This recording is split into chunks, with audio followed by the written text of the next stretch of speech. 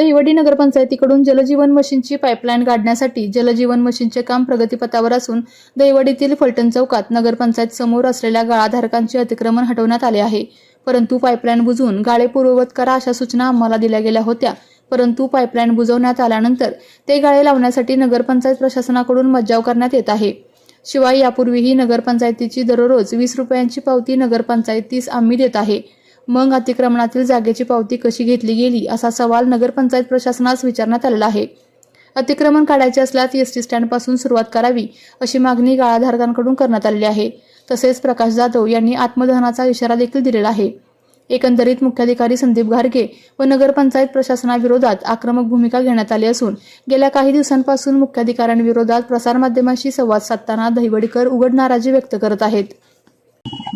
मी विलास रामचंद्र कोरडे दहिवडी गावचा रहिवासी असून 1982 साली मला विकासनगर बेघर म्हणून माग झोपडपट्टी मिळालेली होती। तिथं मी 10 बाय 10च्या खोलीत राहत होतो। तिथं राहत असताना मी 7-8 वर्षे ओलांडल्यानंतर या फलटण चौकामध्ये अशानं असं गाडा म्हणून पानटपरी टाकली। तिथं वहिवाट करत करत मी पत्र्याचं एक शेड लावलं आणि तिथं मी 90 सालापासून धंदा करत होतो।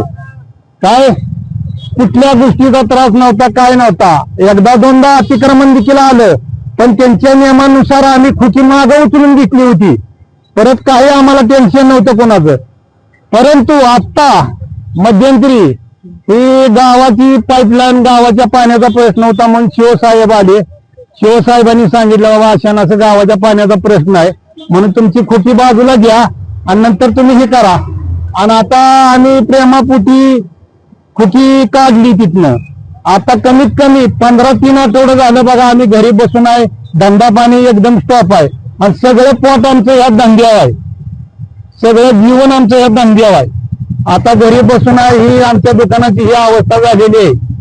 आणि आता तरी आम्हाला आपलं सहकारी त्यांचं मिळावं लावून देऊ दे, आमचा धंदा उद्योग चालू होऊ दे। आम्हाला ही शिवसाहेबांनी असं काढायला लावलं आणि आता गोड बोलून आणि आता ही अतिक्रमण मध्ये आहे म्हणून बसतंय असं सांगून लावायचं नाही म्हणते ती। मग ही तुम्ही पावती जी आम्हाला फाडत होता रोजची, ही कशाच्या बेसवर काय म्हणून ही तुम्ही पावती फाडत होता? रोजची आम्हाला ही पावती होती चालू। ही नगरपंचायतला माझी खोक्याची नोंद देखील होती आणि वार्षिक पट्टी देखील मी या खोक्याची भरत होतो। त्याच्या पावत्या देखील माझ्याकडे आहेत आत्ता शिल्लक। वार्षिक पट्टी भरत होतो खोक्याची। ग्रामपंचायतला पहिली माझी नोंद देखील होती खोक्याची, पहिली वार्षिक पट्टी देखील मी भरत होतो।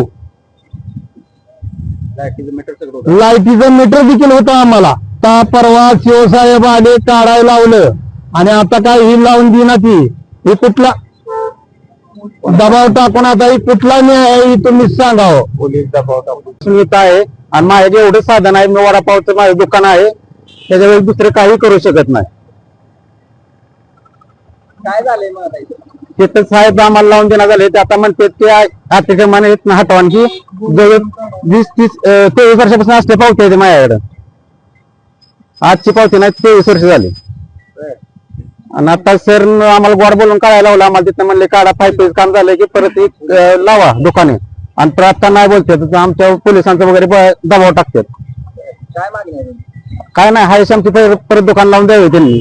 आणि जर काढायचे असेल तर इथून खालच्या चौकापासून जुना पोस्ट किंवा नाथाचं मंदिर हे सगळं काढावं, नाही तर आम्हाला काम करून सगळं काय असेल ती त्यांनी रिसर वार्षिक पट्टी घ्यावी।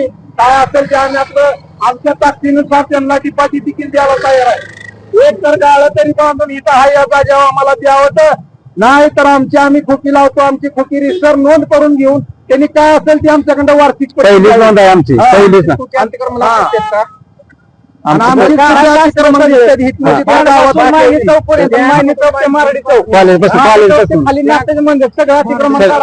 मायनी चौक सगळं, रानंद चौक सगळं आमची अतिक्रमणाची स्थिती होती।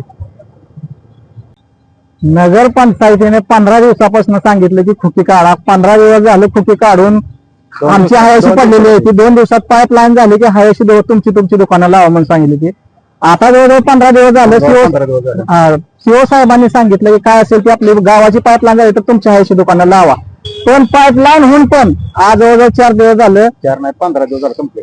पाईपलाईन होऊन 4-5 दिवस झाले तरी पण ती काय चारी काय निघत नाही ती तसेच ठेवले त्या चाऱ्या. दुकानं काय लावून देणं झाली ती. त्यांना फक्त फलटण चौकातलं अतिक्रमण दिसतंय स्टँड पासून ते खालचं अतिक्रमण काय नगरपंचायतीला दिसत नाही. मार्डी चौकात पण अतिक्रमण आहे, मायनी चौकात अतिक्रमण आहे, स्टँडला अतिक्रमण आहे, सगळं अतिक्रमण असून फक्त त्यांना फलटण चौक दिसते नगरपंचायतीला. प्रत्येक बेस त्यांनी नगरपंचायतीची पावत्या फाडते त्या कुठल्या बेसवर फाडते त्या? तुमची आमची जागा अतिक्रमणची आहे ना, तुम्ही पावतीला फाडायचा तुम्हाला संबंध आहे नगरपंचायतीला? नगरपंचायत 20 रुपयाची पावती फाडते का तर नगरपंचायतीच्या हद्दीत आहे. गरजच नाही ना आपला आम्हाला. नगरपंचायत अशा भूमिकेवर आहे की त्यांना फलटण चौकात फक्त अतिक्रमण दिसायला लागले. त्यांनी त्या बेसवर वरनं स्टँड पासून कॉलेज खाली माहिनी चौक, मारडी चौक हे सगळं अतिक्रमण काढावा. मारडी चौकातलं पण अतिक्रमण काढावं. ही बाकीची त्यांना काय अतिक्रमण दिसत नाही का? ती त्यांच्या गांढर खाली आहे ना, नगरपंचायतीच्या गांढर खाली आहे. सगळं अतिक्रमण काढावं त्यावेळेला आम्ही अतिक्रमण काढतो. आम्ही आंदोलन करू. नसेल तर 2 दिवसात आम्ही नगरपंचायतीवर आंदोलन करणार आहे. सीओ साहेबांवर आम्ही आंदोलन करणार आहे. आमची हायाशी दुकानं आमचा मेल मजूर त्याच्यावरच आहे ना. आमची दुकानं बारकी होती. पूर्ण पोट आमचं त्याच्यावरतीच. शिवसाहेबांचा निषेध करतो. शिवचा निषेध करतो. शिवसाहेबांचा निषेध करतो असं बोला. आम्ही सीओ साहेबांचा निषेध करतो. आम्हाला गोड बोलून दुकानं काढायला लावली ती आणि दुकानं लावून झाली ती. ह्या गोष्टीवर आम्ही सीओ साहेबांवर निषेध व्यक्त करतोय. मी प्रकाश गटराव जाधव, मी एसटी कर्मचारी. ही दुकान माझ्या वैशाली प्रकाश जाधवांच आहे. उदरनिर्वाह करण्यासाठी ते हॉटेलचा व्यवसाय होता आणि मी ड्युटी असताना ते घरी असताना ह्या शिवण कोण शिव आहे तो कोण कॉन्ट्रॅक्टर माझं दुकान उद्ध्वस्त केले. त्याचा माझा भरपाई मिळाली पाहिजे मला, नाहीतर मी भरपाई घेतल्याशिवाय राहणार नाही. मी आत्मदहन करीन इथं चौकात, शिवसाहेबाच्या समोर आत्मदहन करीन इथं. आत्ताच्या आत्ता पेट्रोल ओतवून मी आत्मदहन करीन इथं चौकात, फलटण चौकात. प्रकाश जाधव बोलतोय, प्रकाश जाधव बोलतोय मी. माझे आहे असे मालमत्ता, माझ्या दुकानातली मालमत्ता, माझ्या दुकानातली मालमत्ता 5 लाख रुपयाचा माल होता माझा. 5 लाख रुपयाचा माल माझ्या दुकानात होता. 24 कुठून कुणी आला ते मला माहिती नाही. माझं दुकान पण कुठून टाकलं. मला दुसऱ्या दिवशी कळलं की माझं दुकान व्यस्त झाले. ही कुठलं न्याय काय?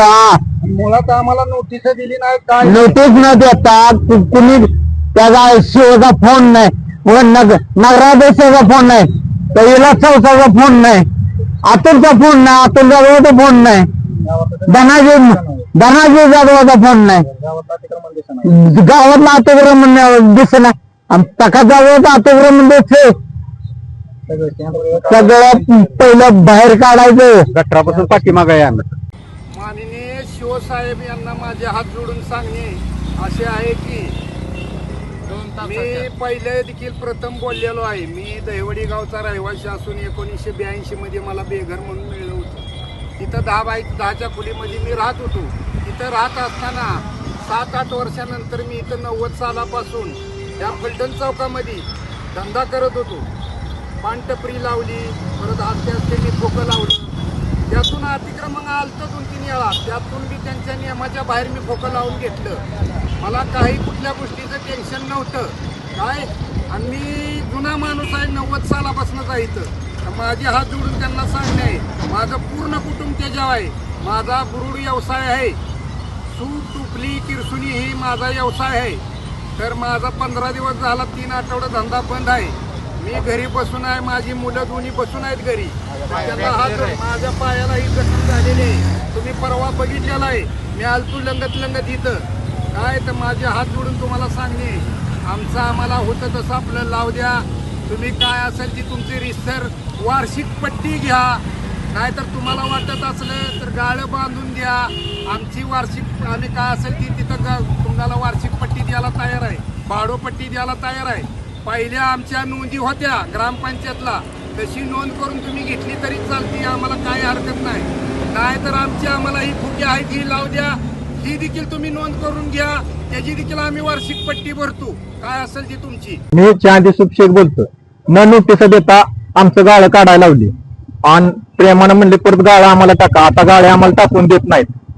तर आम्ही काय म्हणतो की असं इथं आम्हाला जर टाकून देत नाही तर स्टँड पासून मारडी चौकापर्यंत गाळे सगळेच काढावेत.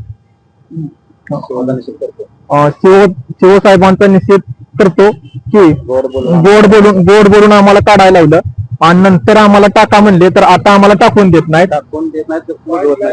आणि पाईपलाईन आज 15 दिवस झाले काढून अजून मुजवून घेतलेली नाही.